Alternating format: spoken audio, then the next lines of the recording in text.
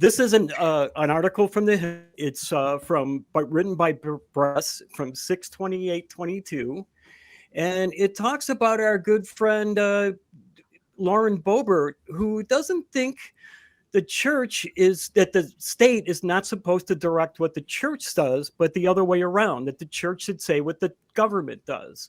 And of course, that's a break with our great establishment clause in the First Amendment of the Constitution. This is kind of par for the course for Bobert, though. She's nothing but a right-wing hack trying to make a name for herself instead of actually legislating. I mean, she submits just tons of crazy bills with crazy names, and not a single one of them has ever been made it out of committee, because they're just like a far-right wish list of craziness. And she titles them some really crazy things too, like securing Americans from the Transportation Insanity Act, so that the TSA cannot use gender-neutral language. Yeah. Like, why is that insane? The Protecting Free Speech Act. So, go ahead. If the bill contains the word insanity, you've already failed. Yeah, right. And the Protecting Free Speech Act, so that she can keep social media outlets like Twitter and Facebook from editing their users' content, so everybody can post whatever they want. And the best one I thought was the Stop AOC Act, which has nothing to do with AOC. It just wants to prohibit federal funds from being used for funerals from people who died of COVID, because she's also a COVID denier. You know, it seems like she's more concerned with making a name for herself in the right-wing media than she is with actual legislation. It's like she's got her eyes on a podcast or being a pundit on a TV news show later on. I don't really think she's really serious about legislating. I don't know that she's even really serious about anything the way she runs her life. So, unfortunately, she's in a Republican safe district, so all she has to do is run, and she's going to get elected. I live in a district very, very similar to this. All you got to do is have an R behind your name. I have a friend who has been joking for years that he's going to change his name to Christian Justice and run as a Republican, and he could get elected. I'm sure he would. I'm sure he's right. He's actually left, but he's right about winning. So it's really sad that people like this, and it seems like her, Madison Cawthorn, who fortunately is gone now, Marjorie Taylor Greene, they always run in these far right agricultural, very urban districts where they don't get any challengers from the other side. So we get like the craziest people in Congress because of that. And then Adam Kinzinger from Illinois, who unfortunately is not running again, came out and has said that he thought that the Christian Taliban should be taken seriously, and warning us about it. And I think we should listen to Kinzinger. He's been doing a great job on the January 6th committee so far. And like I said, unfortunately, he's not running again, which is probably why he's coming out against the big Republican Trump machine. So that's about what I got on it. How about Nate? How would you like to tell us what you think from up north of us? What was the name that your friend wanted to change to? Was it Christian Justice? Christian Justice. Was that it? Yeah. Yeah. Okay, well, I have a competing suggestion. Colt F. Eaglesore. The F used to stand for freedom. Now it stands for a different F word. And I'll let you guys guess which one. It's okay. We're more than 5 minutes in. And also, okay, perfect. Also, I would like to remind this individual that we tried the whole church tells the government thing, what to do, and it was called the Dark Ages. Yeah, it didn't really work so good. Nah, I don't know. I have to say, this name sounds familiar, but the list of U.S. government officials that are fucking terrifying me is really hard to keep up with. I did read, so I was looking into this person, and I looked up a December 21 survey of, I think it was about 1,500 respondents, and of those respondents, 8% said they had a very favorable view of Representative Bobert. A 25% said they had a very unfavorable opinion of Bobert. But what really kind of scared me was that a staggering 51% didn't know. They Hmm. didn't even know who she was. Like, if I had Caligula on in my legislative branch, I would fucking know about it, man. That's kind of scary. I think that's maybe a symptom of the problem is that people just they're so tuned out these days. It's so hard to keep up. Hmm. Yeah. It's yeah, it is. It's kind of We difficult, we especially like in the we American electorate right now.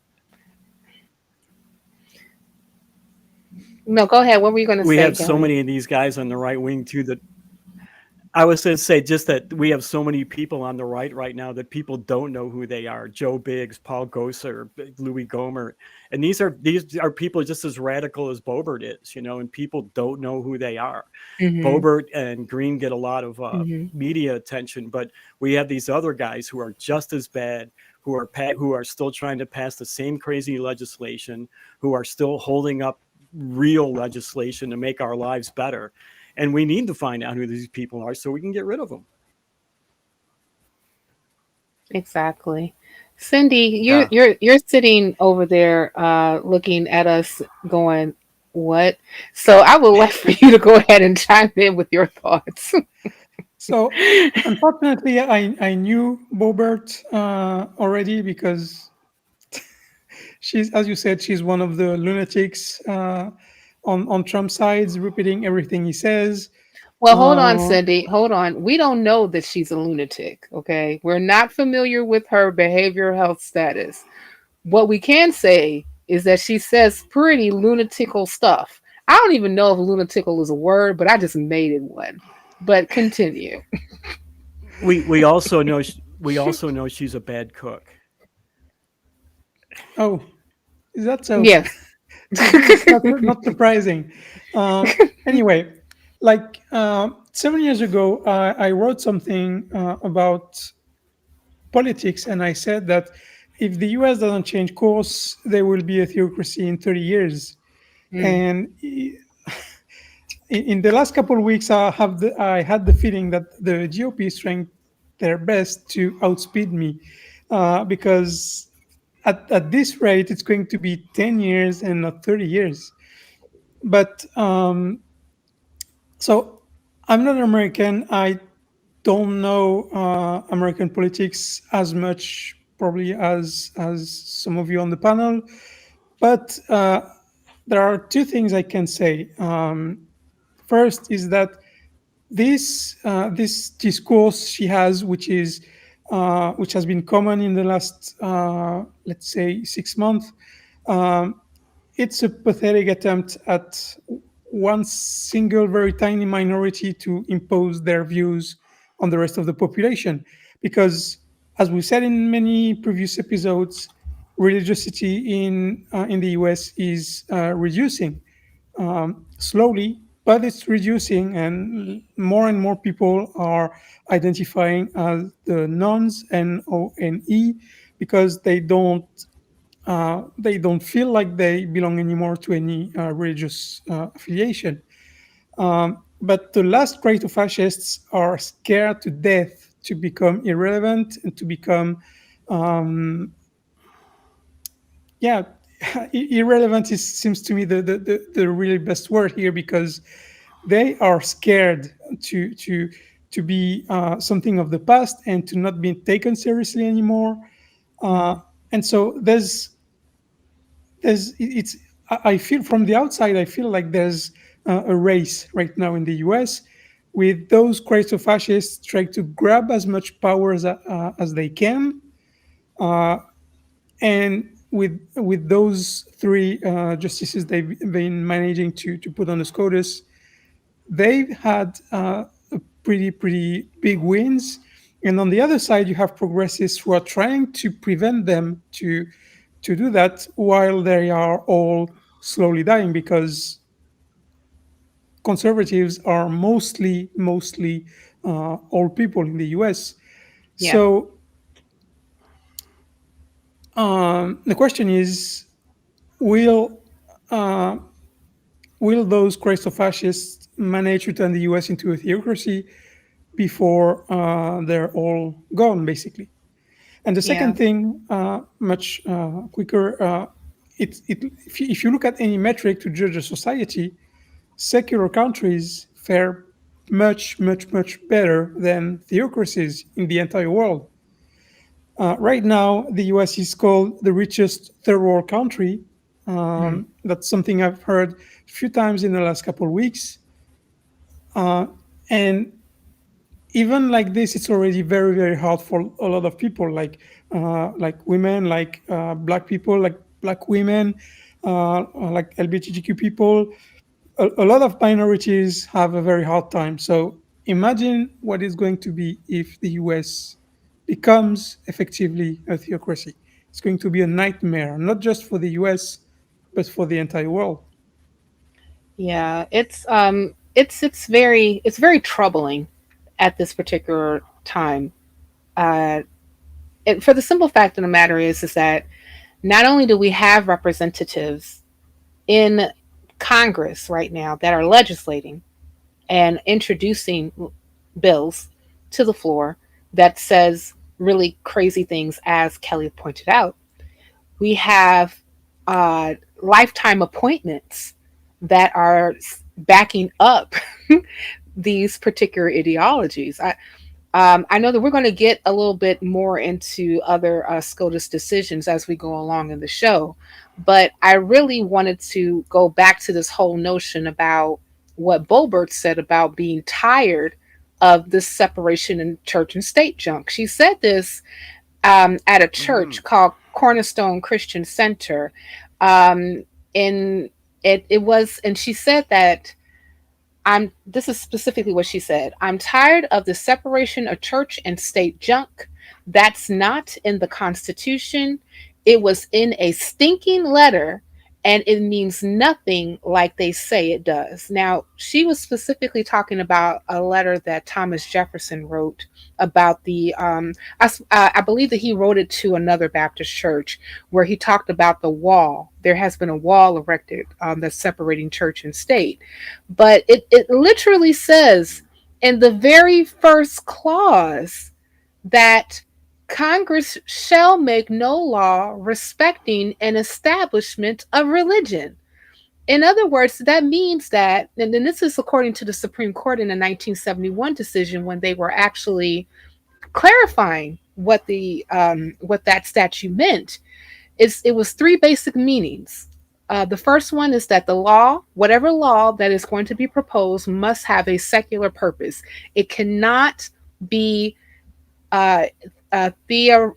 theocratical in any shape, way, or form. So nothing to do with religion, nothing to do with a god, nothing to do with any type of any type of like theocracy whatsoever.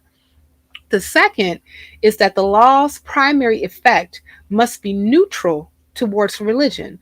So on the flip side, that means that the government can't make laws that intentionally targets religious organizations in the adverse. And then finally, the law must not foster an excessive entanglement of religion with and with government. And as Nate and Kelley pointed out, the reason for that is because we have historical precedent that shows that when you entangle church and state or religion and government, however you want to put it, it always fares very badly for the electorate.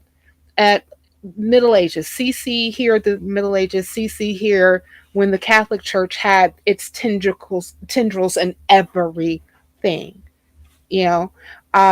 Even like with Bobert being a COVID denier, I can think of like some of the wackadoodle things that people used to think concerning the Black Plague during the Dark Ages, and how I can think of like one history lesson in Germany where the establishment in that particular area thought that the Black Plague was a curse from God because of Jews.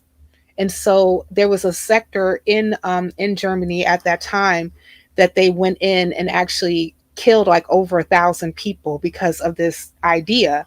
And a lot of and a lot of that has to center into religious thinking. So it's not junk, representative Bobert. It's the main reason why we have we have a government that is supposed to be representative of everyone, because not all of us are believers, and a lot of and not all of us believe the same thing. But if we are all governed by a set of rules that have nothing to do with a God or anything to do with a religion, and that we all follow, then we can focus more on a country where we really could be more within well-being, rather than I don't like you because you don't believe in my God, right? So I want to just go around before we wrap up this particular segment. Nate, give me some thoughts that you got swirling around in your head before we move on to segment number 2. Okay, well, the first thing that popped into my head when I read what Bobert said was her terrible sentence structure, but I tried to stuff the grammar Nazi inside me down. She said, the stinking letter means nothing like what they say it does. Like, okay, first of all, that's not a complete thought. Second of all, I seriously doubt if you've actually read Jefferson's letters to the Baptist Convention, because the Baptists at the time were a minority, and they were worried that they were going to become completely irrelevant and get stamped down. And Jefferson, himself a deist, was trying to reassure them that they had a future in this new secular nation. So, like, you've completely ignored the context of what he was actually writing about. So I would love to get her down, sit her down, and ask, well, if you don't think it means what he says it means, what do you think it means? Because this man literally wrote the fucking Declaration of Independence, and you can't even craft a sentence. Like, what do you think it means? It's scary that our Congress people can't, like, speak real English. I just want to put that out there. Like, and I was even thinking about it's terrible. That's like so scary. I mean, like, the bar is low, y'all. It's so freaking low. Have you forgotten who was president a couple of years ago? No, I haven't. Yeah. And that's what I'm talking about. Like, we're representing. They can't formulate sentences. They don't have an understanding of basic sentence structure. And I mean, I don't necessarily consider myself like, you know, a grammar Nazi or anything. Like, my mom used to correct my English all the time, still does. But damn, the bar is low. That's all I'm saying. Right. Go ahead, y'all. Go ahead. I think Nate, were you? Yeah, you're absolutely right. I mean, we were going to Kelley. Yeah. Go ahead, Kelley. I was gonna say you're right. I mean, it is scary when people in Congress can't even make a well-versed sentence. It is pretty scary, and it makes you really wonder about who we're sending there and who are the people who are voting for these people. That's what you really got to wonder about. And it goes to show you how important it is for us to get up and do things. We've got to get out and stop this kind of thing. I know she's in a really Republican safe district, but maybe go out and talk to these Republican voters, get them to think about other things, talk to them about issues that are really going to make their lives better, except for these push button social issues, right? And it doesn't take much. I mean, if we get a bunch of people just doing a little bit, a half hour a week, an hour a week, 1,000 little things adds up to one big thing. So, I mean, we really need to get off of our butts and get out there and start changing the world. If we want to make it a better place for everybody. Yeah. Don't get me to singing Michael Jackson right now. I won't. I won't. And get rid of. I constantly get yelled at for singing on ACA shows, so you better not. Wait 1 second. Kelley, go ahead and finish your thoughts, and then what are you saying? Okay. You know what? I got lost. I give everybody boy, you don't permission want me to sing. No, I wish I could sing. You're So does fine. everybody around me. Everybody's believe singing. me. You know. No, you don't want to hear me sing. Well, just sign it. I Just sign it, I Kelley. sing How like about I'm in that? jail. Heal the world. Oh wow. I sing like And I'm in jail. I don't I'm even missing want the to. key What? behind a few bars. Insert drum right here. Cindy, save us. Save us, Cindy. Ba-dum-bum. I don't know if I have the ability to save you, but every time I hear someone speaking things like that, I can't help but wondering: is this just attention grabbing? Is it attempt to power grab, or do they really think what they say? And that question is, I think, it's essential to fight them, because you can fight someone if you don't even know what they think. If they just say that because they want the 50 votes in this specific church, or do they really believe that? um, I know it's hard, but that question always bugs me when I hear all those uh, Christofascists and extremists. Yeah. And you know, I'll just put it this way. When you say like it's difficult to know because you don't know what they're thinking. I remember years ago, I had a former dater person. I don't know what else to call him, but you know, we dated formally, and one of the things that he asked me when we went out to breakfast one time is, "Do you still read minds?" And I told him, "No, I never read minds. I just listen to what you say." And I think I'm just saying. But in that lane, I think that's us specifically here that can participate in our civic duties should do that. We should listen to what these people are saying. We should pay attention to what people are doing, and actively work against it, especially if it does not represent the people's interests, because that's what we're dealing with right now. My only issue right now with what Lauren Bobert is that she's not alone. She's not a lone wolf like Marjorie Taylor Greene tried to say about the Buffalo shooter. He's a lone wolf. Um, really, honey? Because we just this past weekend on the 4th of July had another mass shooting in Highland Park where 6 people died and 31 people were injured.